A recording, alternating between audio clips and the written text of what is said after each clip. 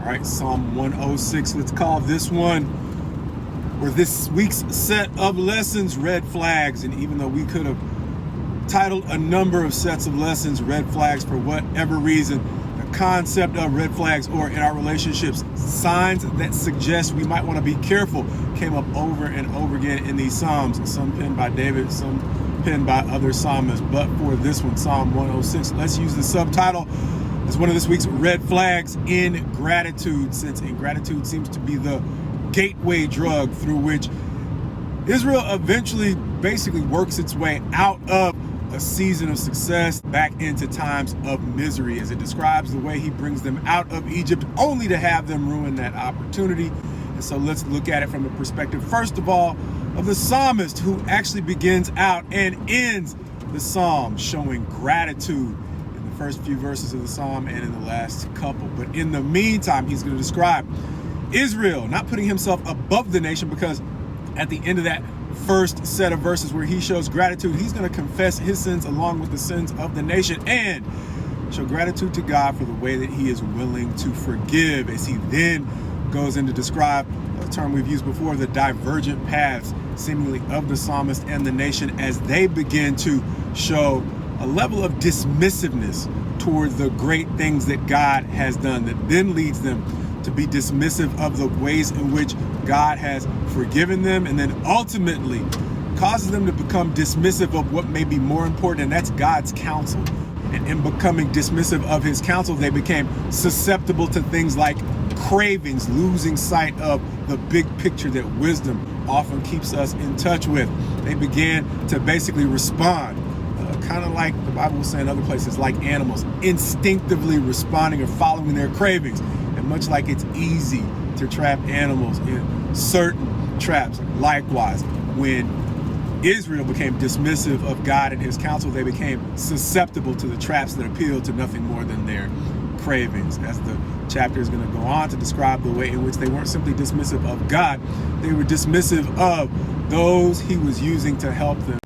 As the psalm goes on to talk about the way in which being dismissive of the great things that God had done for them really tempted them to look on with contempt at just about anything God did for them. And so they got into the habit of complaining to the point where it became just an annoyance. And God eventually wanted to get rid of them. However, Moses stood in on their behalf. However, it didn't last for very long, because being dismissive of God's counsel led them to lose their ability to be able to place a proper valuation on the things around them. And so if the best things that life has to offer can't please you, ultimately in searching for alternatives, we make ourselves susceptible to basically paying too much for cheaper knockoffs or alternatives. And that's what they began to fall into, the trap of placing too much value on things that were never going to be as good as the things that God had done for them, as they will go on to also open themselves up to cheaper values or ethical systems that might seem like they're just as good as what God is counseling us to do, but they don't think through to the end of the results of those things. A lot of times they seem to be so impressed by what they saw from the very moment the spies went into the land of Canaan, how impressive the Canaanites were, that they accepted their values without realizing that the Canaanites were, as we've mentioned before, trending downward. So not being savvy or not thinking past the appearances of success that they saw in the Canaanites, a lot of the Israelites simply picked up their habits and ended up on the same downward trend. But beyond that, the thing that probably stood out to me most was the way in which a red flag for their dismissiveness in God, or their dismissiveness of God, was seen in the way that they were dismissive of Moses. Understanding that the book of 1 John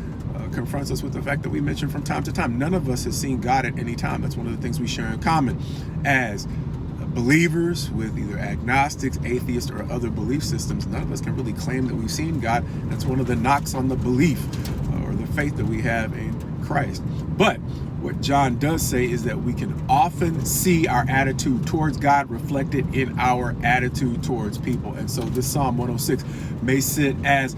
part of a pattern that helps us understand the ways in which God exposes our attitude towards him and the way that we treat those who seem to be powerless. Understanding that Job's friends Once Job was stripped of his wealth and his status, began to talk slick to him. And even though he was innocent, was suffering for no wrongdoing, they didn't really feel the need to respect him now that he was no longer powerful, not realizing that the way they spoke to Job might have been a red flag for their true attitude towards God if he lost his status and power and authority. For that reason, we sometimes say,